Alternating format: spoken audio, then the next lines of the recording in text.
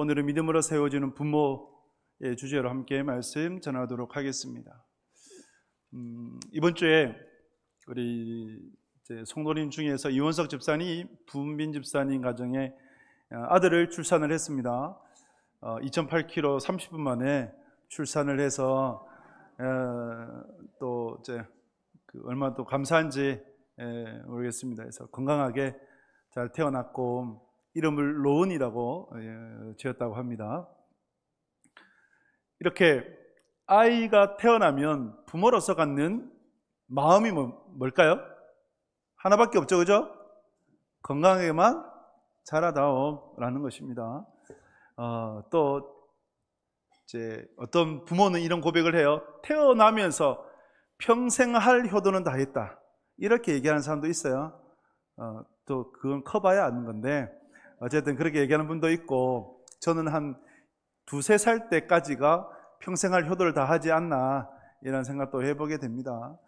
이렇게 이제 갓난아기 때는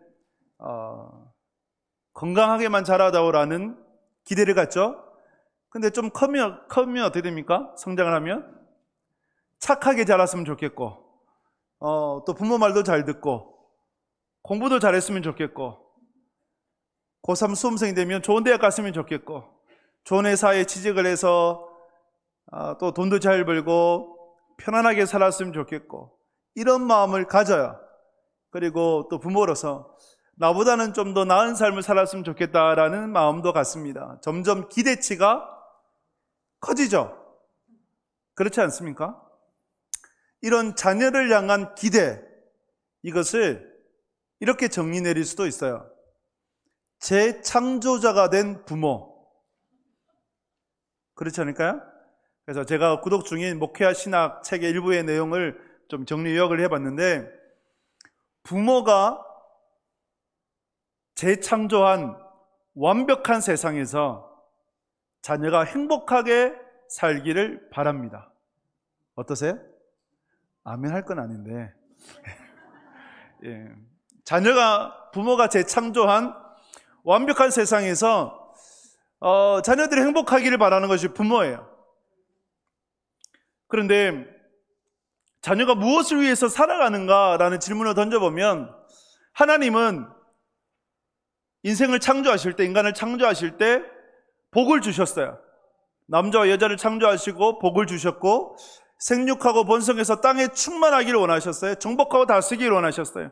정복하고 다스림은 굴림이 아니라 섬김이고, 아브라함에게 주셨던 말씀처럼 천하 만민이 너로 말미암아 복을 얻을지어다, 축복의 통로가 되기를 원하셔서, 그것이 하나님께서 인간을 창조하신 창조의 섭리이자 목적인 것이죠.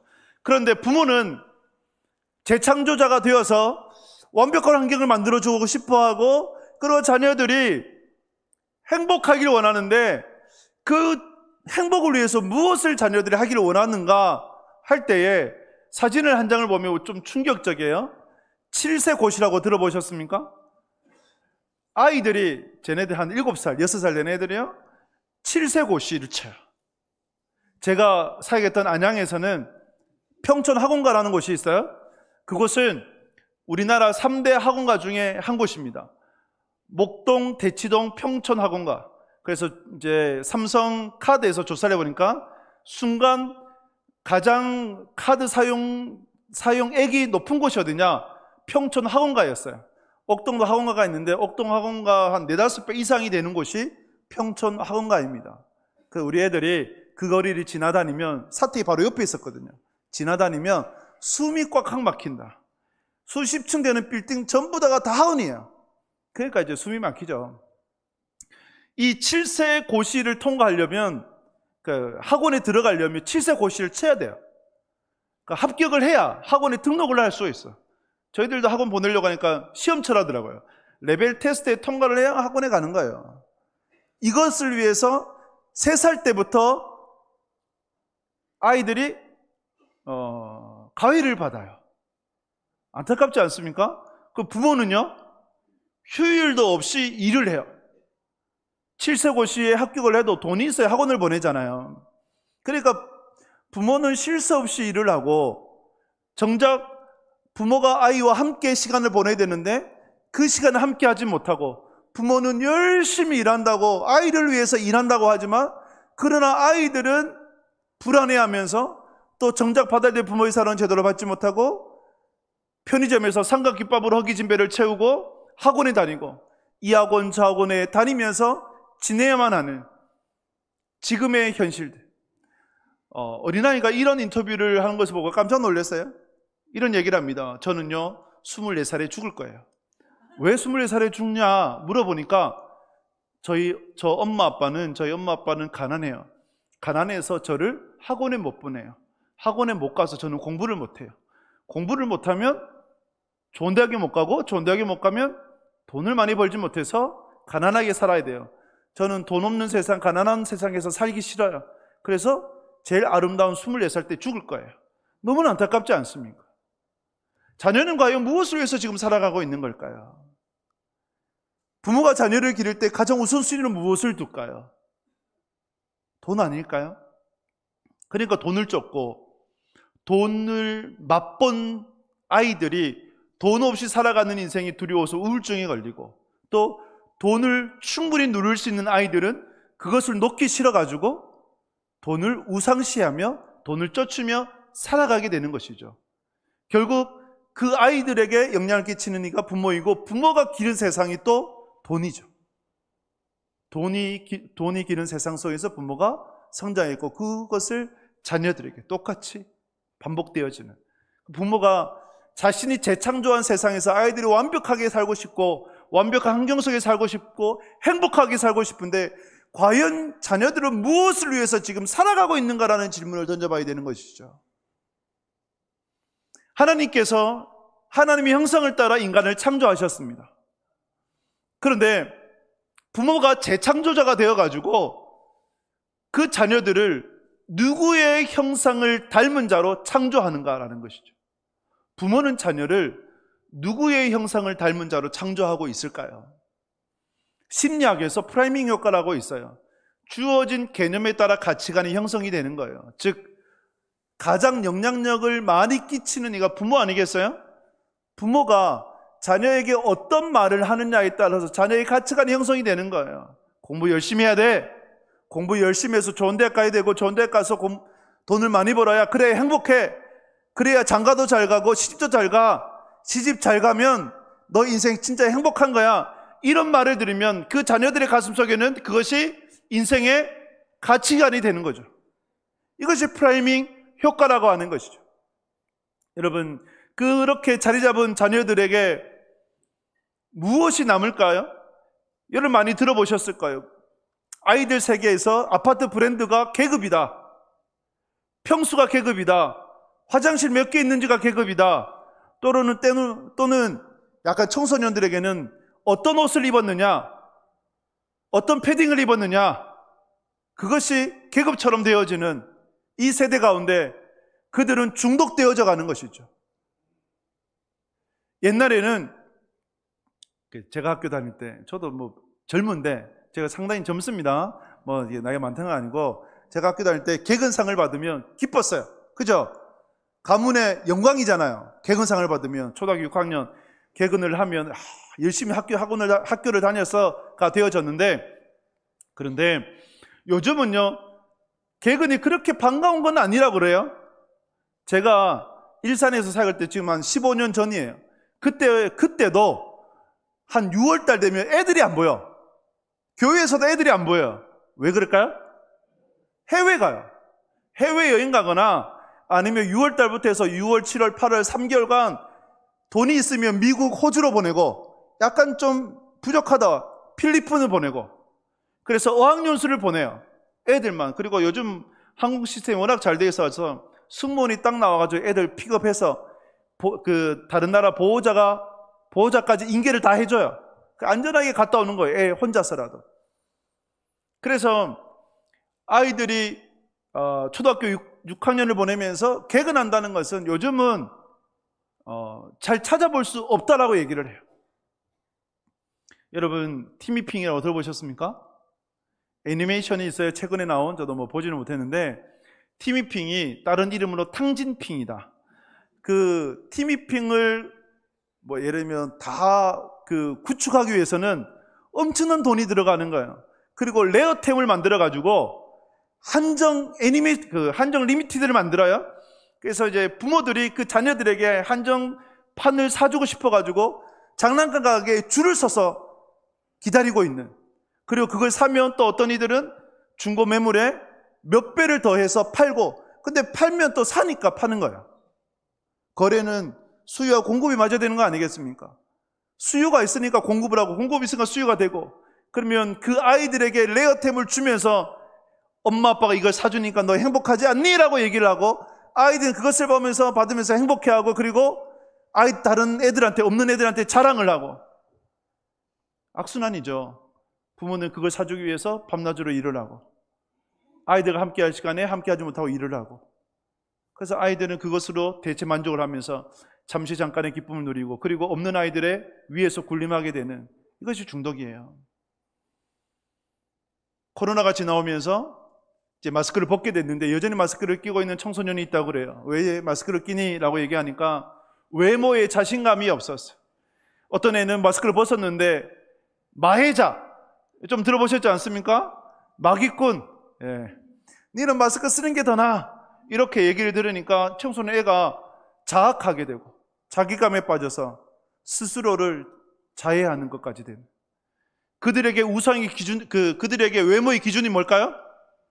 아이돌이에요. 세상에 아이돌을 만들어냈어요. 여러분, 아이돌이 무슨 뜻인지 아시죠? 우상이에요. 아이돌이라는 것 자체가 우상이라는 뜻이에요.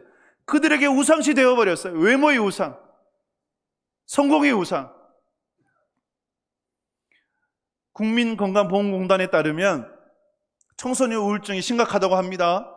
2018년도에는 약 한 3만 명 정도의 청소년 우울증을 앓았다면 지금은 2023년도에 조사를 해보니까 약 5만 3천 명, 75%가 성장을 했대요. 그러면 여러분 5만 3천 명의 우울증을 갖고 있다. 5만 3천 명 어느 정도 수치인지 아세요?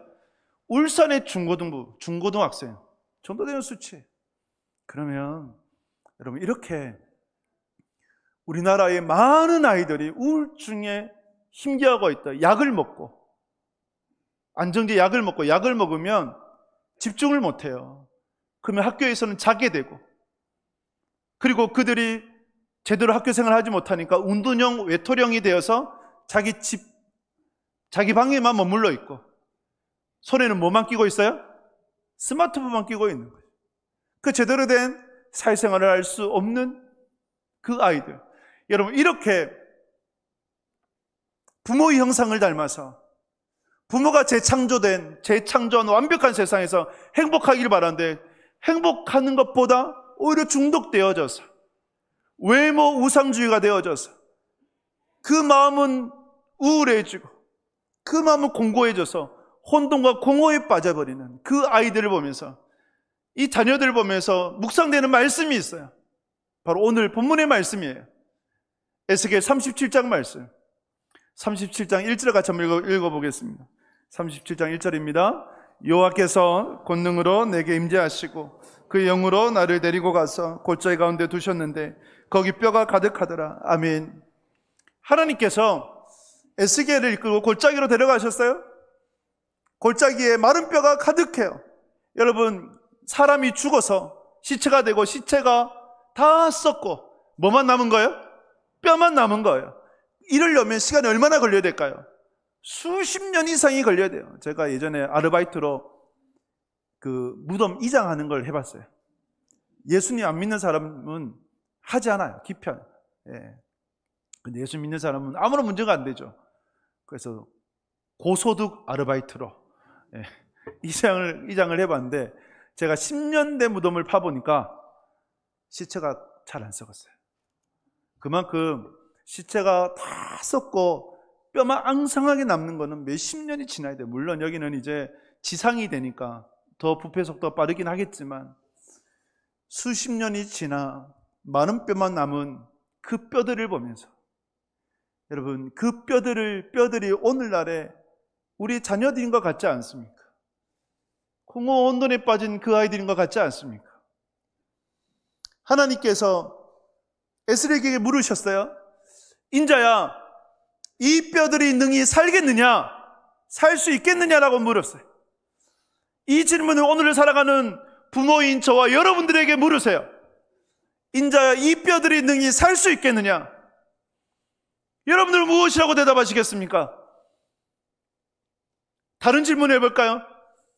하나님께서 창조하신 완벽한 세상이 아니라 여러분들이 부모로서 재창조한 완벽한 세상에서 여러분들의 자녀들이 진정으로 행복하게 살아갈 수 있겠습니까? 공허와 혼돈이 아닐까요? 왜 자녀들이 마른 뼈와 같이 되었을까요? 오늘날의 청소년들이 그러한 인생을 살아갈까요? 하나님의 형상을 닮아 하나님께서 창조하신 목적을 따라 살아가야 되는데 부모의 형상을 닮아 부모가 재창조한 세상에서 살아가기 때문이 아닐까요? 그리고 부모가 무례하기 때문이 아닐까요? 에베소서 6장 4절에서 말씀합니다. 자녀를 노엽게 하지 마라. 오직 주의 교훈과 훈계로 양육해라. 근데 우리는 자녀를 양육할 때 교훈과 훈계보다는 자녀를 노엽게 하지 않는가? 그래서 생각해 보게 되는 거죠. 제가 설교를 준비하면서 여러 목사님들 설교도 듣기도 합니다. 한 목사님 설교를 듣는데 이런 간증을 하세요. 중3 아들이 있었대요. 그 중3 아들한테 너무 화가 나가지고, 그래서 부모가 제일 화가 났을 때 최후의 수단으로 뭘 씁니까? 집 나가 그러죠. 그죠? 집 나가 그래요. 그래서 그 아들 보고, 중3 아들 보고 목사님이 집 나가라고 얘기했어요. 너무 화가 나가지고, 왜 부모의 권위에 도전하고 워낙 말 안 들으니까 그렇게 얘기를 한 거예요. 이때 이 아들이 뭐라고 대답한 줄 압니까? 아빠 비겁해 그래요. 왜 비겁할까요? 집 못 나갈 줄 알면서 나가라 그러니까.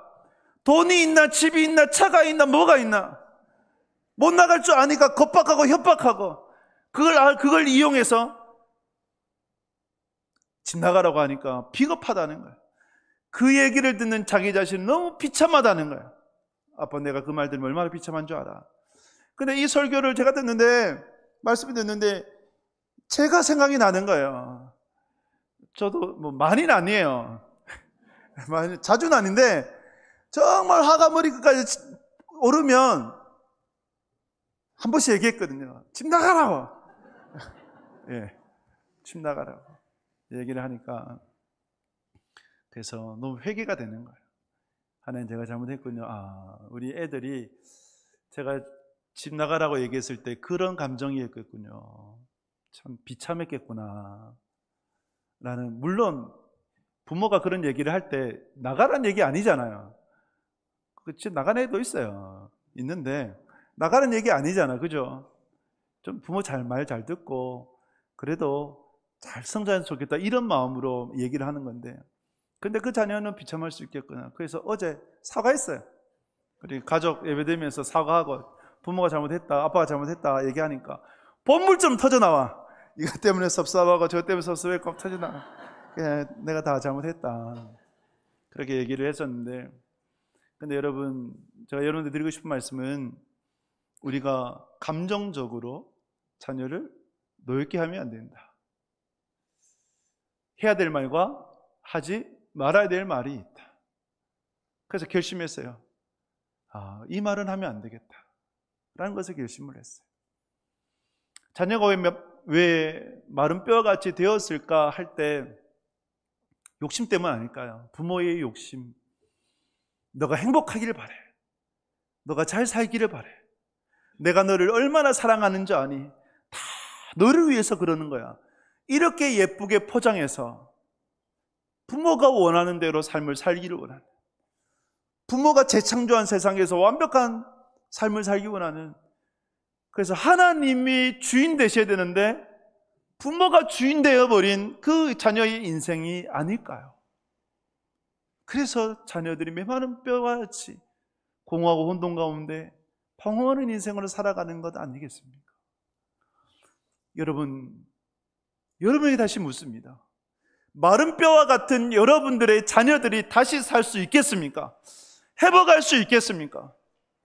에스겔에게 다시 물었을 때 에스겔이 대답을 합니다. 주여, 여호와께서 아시나이다라고 대답을 해요.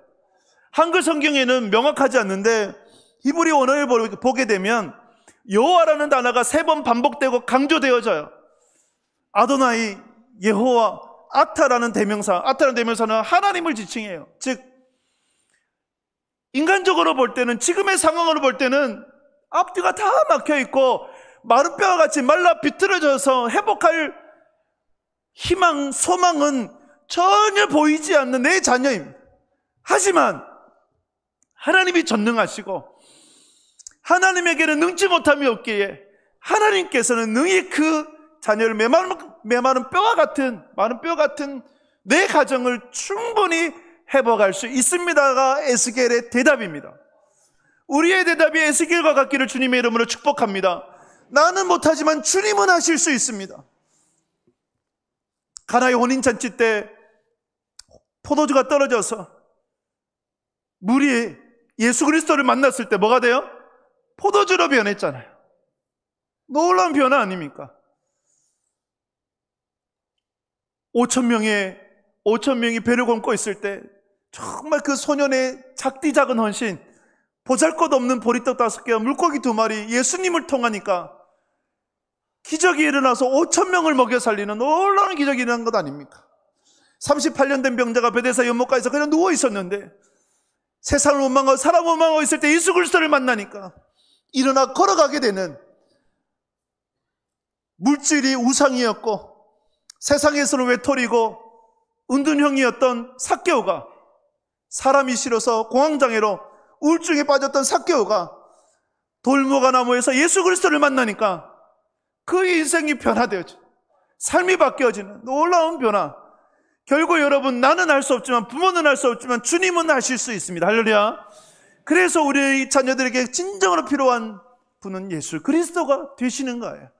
그것을 위해서 제가 여러분들에게 2가지를 말씀드리고 싶습니다. 하나는 에스겔서 37장 4절 말씀입니다. 4절 말씀을 함께 읽습니다. 또 내게 이르시되 너는 이 모든 뼈에게 대언하여 이르기를 너희 마른 뼈들아 여호와의 말씀을 들을지어다. 아멘. 에스겔이 하나님의 말씀을 따라 대언하였습니다. 너희 마른 뼈들아 여호와의 말씀을 들을지어다. 하나님 말씀이 선포되어지니까 그 말씀을 들은 뼈들이 이 뼈 저 뼈가 맞아들어져요. 마치 로봇 조립하는 것처럼 맞아들어가요. 그리고 그 위에 힘줄이 생기고 살이 덮이고 가죽이 덮여요. 하나님은 다른 수많은 방법이 있었음에도 불구하고 왜 말씀을 들으라고 말씀하셨을까요? 선포하셨을까요?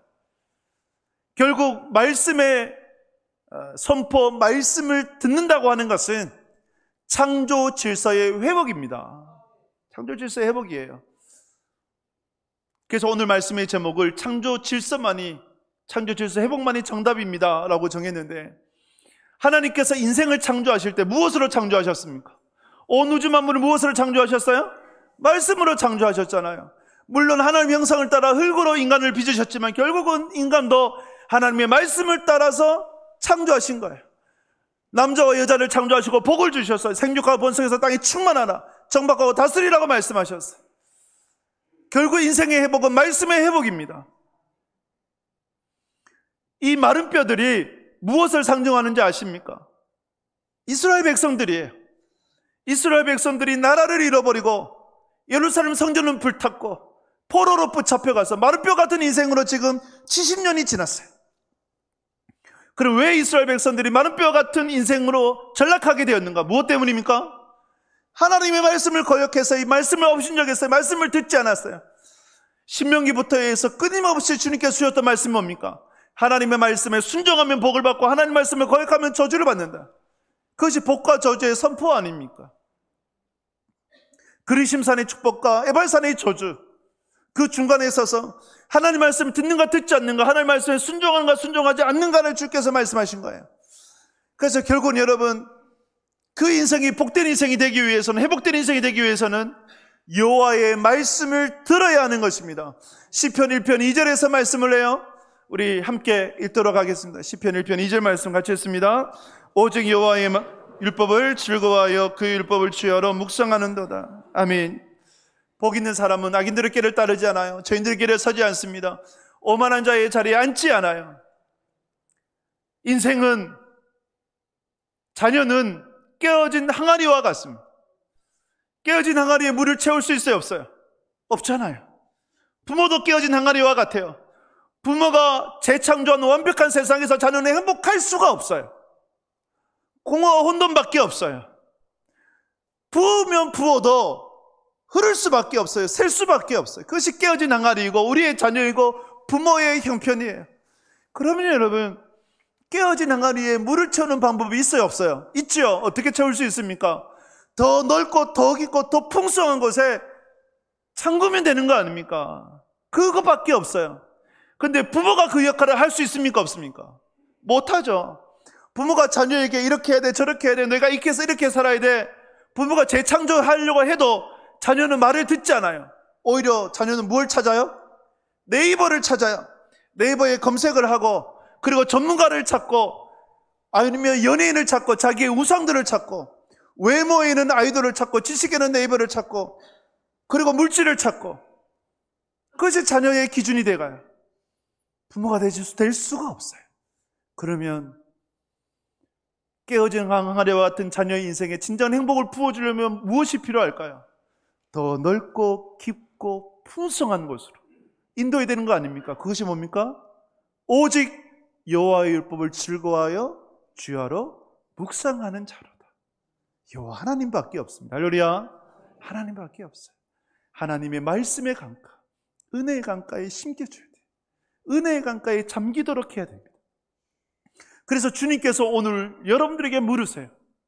요한계시록 3장 20절 말씀 함께 읽겠습니다. 볼지어다 내가 문 밖에 서서 두드리노니 누구든지 내 음성을 듣고 문을 열면 내가 그에게로 들어가 그와 더불어 먹고 그는 나와 더불어 먹으리라. 아멘.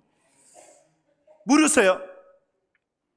여러분들의 마음의 문을 두드리고 계세요. 그 마음의 문을 열면, 자녀가 그 마음의 문을 열면 예수님께서 들어와서 먹고 마시고 교제하고 풍성한 삶을 살아간다고 말씀을 합니다. 근데 여러분, 이 마음의 문을 누가 열 수 있을까요? 마음의 문의 문고리는 밖에 없어요. 안에 밖에 없어요.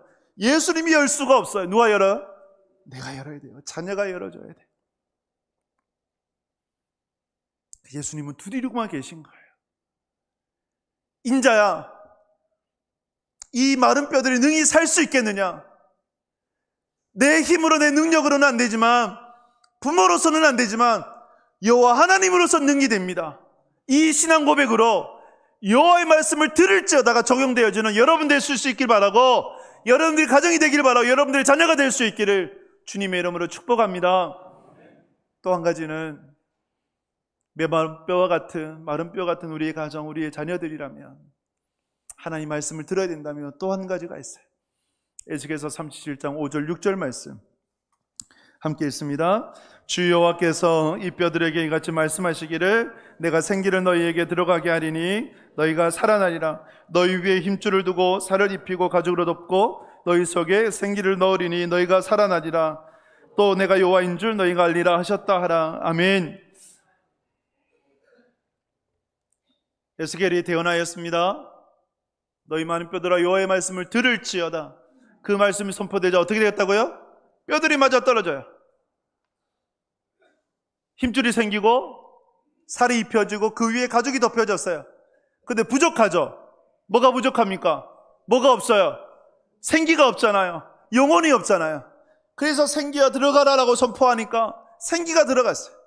그래서 이스라엘 백성들이 큰 군대로, 마른 뼈 같은 것들이 이스라엘의 큰 군대로 거듭나게 되었습니다. 변화되게 되었습니다. 하나님께서는 하나님 형상으로 인생을 창조하시고 빚으셔서 그 코에 무엇을 부어 넣어주셨어요? 생기죠. 루아의 영이에요. 하나님의 영이에요. 하나님의 영이 들어가야 완벽한 하나님의 창조물이 되어지는 것이죠. 생각을 해봐요. 생각을 해봤습니다. 왜 하나님께서 하나님의 영을 부어 넣어주셨을까? 왜 말씀만 되지 않을까? 왜 하나님의 영이 있어야 될까? 그래야 인생이 온전히 창조될까? 이 말씀 묵상을 하는데 어댑터가 생각이 나더라고요. 여러분들이 좀 피부에 와닿도록 하기 위해서, 여러분 가정이나 가정이 없더라도 광고에 보면 로봇 청소기 아시죠? 로봇 청소기. 집에 굉장히 좋은 이모님,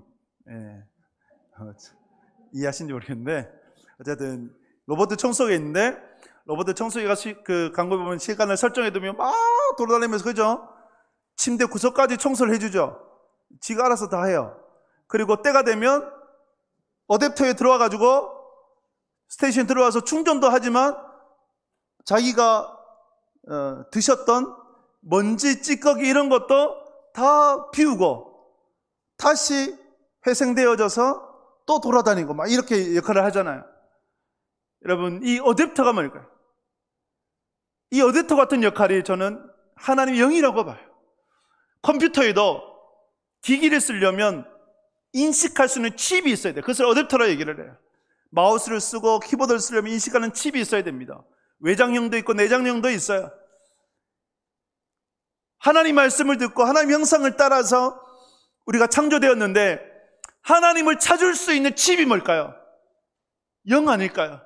생기이죠. 하나님의 영혼이죠. 그래서 하나님께서 우리에게 영혼을 풀어넣어 주신 거예요. 그 영혼을 통해서 하나님은 우리를 하나님을 찾는 존재, 영적인 존재로 만드신 거예요. 그러면 우리는 하나님의 영이 없이는 살아갈 수가 없는 것이죠.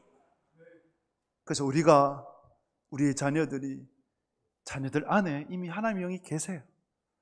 하나님을 믿는 자마다 그 영혼이, 하나님의 영혼이 계신 거예요. 근데 문제는 그 영혼이 충만한가 충만하지 않는가.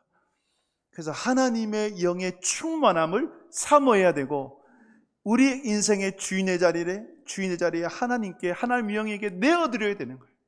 그래서 여러분, 에베소서에서 말씀하는 것처럼 술 취하지 말라 이는 방탕한 것이 오직 성령 충만함을 받으라. 제자들이 말씀하신 것처럼 오직 성령이 너에게 임하시면 너희가 권능을 받고, 그래서 우리는 성령 충만을 사모하고 성령 충만을 위해서 기도해야 되고 하나님의 영이 우리의 주인 되시기를 늘 구하고 하나님의 영에게 내어드리는 그 자가, 그 신자가 되어야 합니다.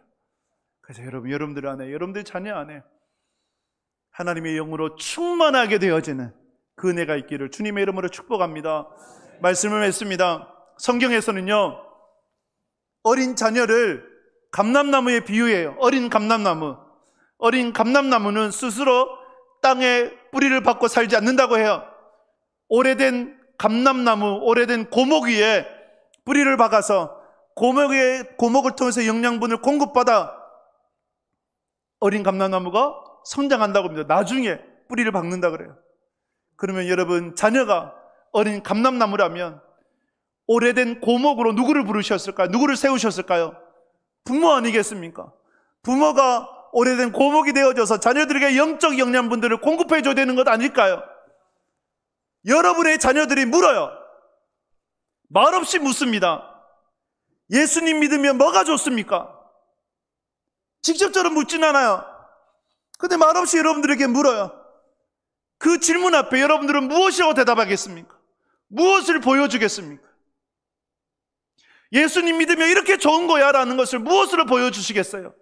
삶으로 보여주셔야 되는 거예요.